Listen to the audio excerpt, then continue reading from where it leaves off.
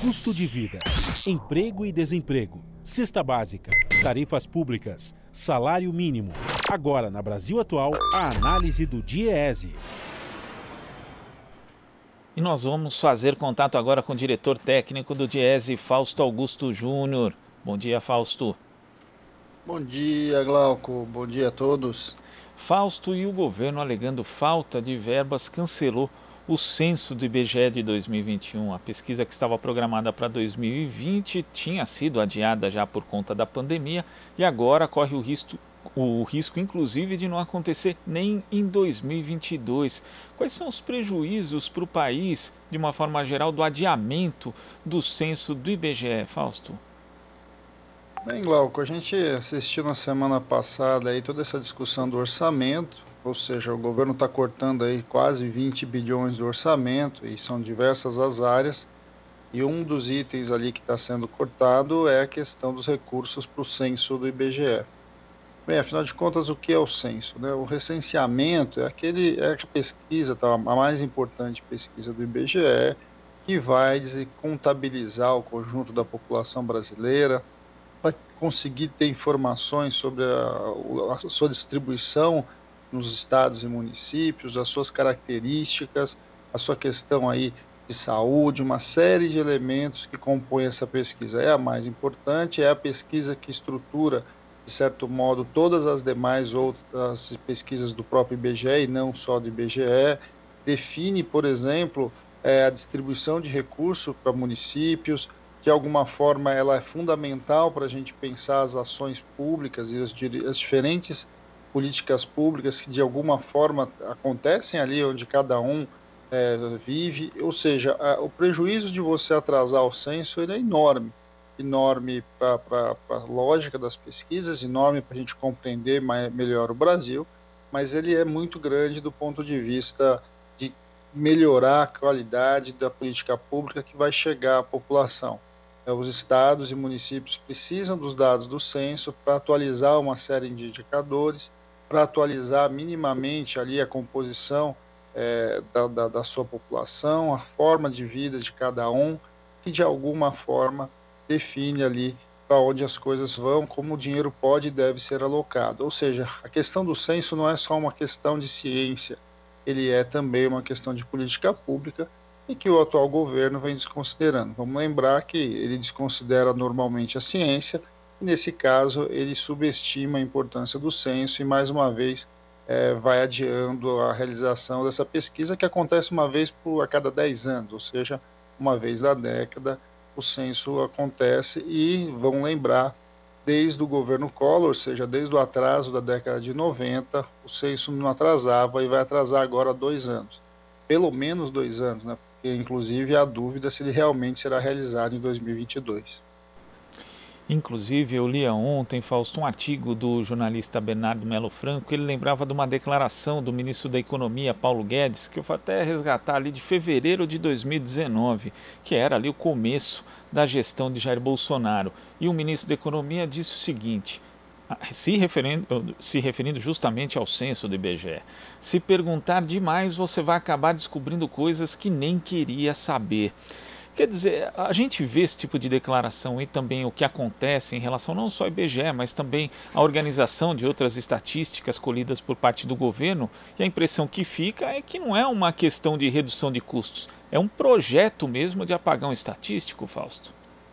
Bem, a gente tem ouvido já há bastante tempo esse debate do censo com o atual governo, ele já não é novo, né? Ou seja, o ministro Guedes queria reduzir muito o orçamento do IBGE para o censo, e o argumento dele era esse que você usou, dizendo que o censo deveria ser algo muito mais simples, algo muito menor, ou seja, que de alguma forma não desse a capacidade necessária para a gente compreender melhor o que está acontecendo no Brasil, em especial aí no Brasil profundo, nas periferias, das grandes cidades, ou seja, aquele lugar que muitas vezes não chega propriamente dito, uma pesquisa por telefone, uma pesquisa pela internet, porque essas pessoas nem sequer têm acesso à internet. Então, acho que nós estamos naqueles momentos que coloca para nós um dado aí de referência. O atual governo ele não é alguém que, de certo modo, privilegia a ciência, não acredita na ciência e, além de tudo, gosta de operar os dados a partir dos seus interesses. E a gente tem visto isso em vários sentidos, vem visto isso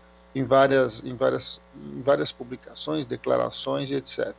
O governo trabalha com a chamada pós-verdade, ele trabalha com a ideia das fake news, ele trabalha com a ideia de que a verdade é a verdade dele. Ou seja, não interessa muito a realidade, interessa o que ele quer passar enquanto realidade. Isso tem muito características aí de governos autoritários, de alguma forma tende a distorcer a realidade para que ela possa se configurar o seu projeto político. Esse governo tem muito dessas características e, obviamente, a ciência é algo que atrapalha o seu projeto de poder. Então, quando a gente olha para uma realidade em que você vê o processo de descrédito que o atual governo fez em relação à ciência, com relação à própria pandemia e o número de mortes, você vê tudo o que acontece ali dos partidários do presidente em relação aí à própria credibilidade em relação aos números, a gente vai verificando como essa questão do censo é só mais um dos movimentos que o atual governo faz, de certo modo até para encobrir uma parte importante da sua incompetência tanto política, econômica e a gente viu agora sanitária e social. Então, de alguma forma, é você não mostrar o que está acontecendo, faz parte para tentar, de alguma forma, vender a sua verdade, vender a sua fake news, e que, de alguma forma, o censo ajudaria a gente a descobrir tudo o que aconteceu no Brasil no último período. E é trágico também, Fausto, para os outros entes federativos, para os estados e municípios, porque a gente sabe também que os dados do censo são utilizados para diversas transferências, para o Fundo de Participação de Municípios, inclusive, e também esses entes eles acabam ficando sem possibilidades de conhecer melhor sua própria população, de elaborar políticas públicas específicas, sendo que a gente sabe que no Brasil a maior parte dos municípios e dos estados não tem condição de colher dados fidedignos a respeito ali das suas próprias populações. Então é algo que afeta demais também os outros entes que não só a União, Fausto. Sim, é isso, Cláudio. Quer dizer, na verdade, tirando o IBGE, o governo federal, nós podemos fazer várias pesquisas, mas nenhuma delas tem a proporção, o tamanho e a complexidade de um censo. O censo é um processo quase que de recenseamento mesmo. Você vai casa a casa, conversar com cada família, verificar suas condições, em especial suas condições de vida, suas condições sanitárias, as suas condições de saúde. Isso tudo ajuda a orientar as políticas públicas, define prioridades. É a única pesquisa que, de alguma forma, chega ao universo dos pequenos municípios, chega, de certo modo, às profundezas aí das periferias, das grandes cidades. De alguma forma, é fundamental para você fazer definições e para a próxima década, né? E por que se faz um censo a cada 10 anos? Né? Você faz um censo a cada 10 anos porque você recalibra todos os instrumentos que você tem de análise, que você tem de coleta de informação, que você tem de definição ali dos PPAs, né? Os planos plurianuais dos municípios e dos estados. É pelo censo que você vai conferir ali como é que está, inclusive, a nossa população. Afinal de contas, nós estamos, por exemplo, fazendo todas as contas aí da curva de vacina, quantas vacinas por dia nós deveríamos ter para você poder atingir o conjunto da população. Tudo isso passa necessariamente pelo censo. Quando o governo abre mão dessa informação, ele não prejudica só a si, ele prejudica o Brasil como um todo, estados e municípios em especial, porque são pesquisas que precisam ali de alguma forma chegar muitos municípios só vão ter a informação do seu município em relação ao censo, a grande maioria deles, ou seja, coloca para nós uma série de desafios. De alguma forma, o atual governo não está lá muito preocupado. Vai caber aos estados e municípios minimamente tentar correr atrás de outros tipos de informação, mas que não substitui o censo. A gente espera, com muita sinceridade, que a gente consiga executar o censo ano que vem. É bastante importante que se coloque o censo. E vamos observar, né, Glauco? A gente vinha discutindo a questão do censo desde o ano passado. É óbvio que a gente compreende o cancelamento do censo num ano de pandemia. É razoável a gente imaginar que você colocar pessoas na rua, que podem inclusive se transformar em agentes de contaminação, fazia sentido o cancelamento do censo 2020, mas é inadmissível você imaginar que você vai cancelar o censo por uma questão orçamentária, uma vez que a gente sabe que a elevação, por exemplo, da taxa de juros que vem acontecendo vai custar muito, mas muito mais caro do que o censo, né? Se for, por exemplo, se você ter uma ideia, o mercado trabalha aí que a taxa de juros pode chegar a crescer 4% esse ano.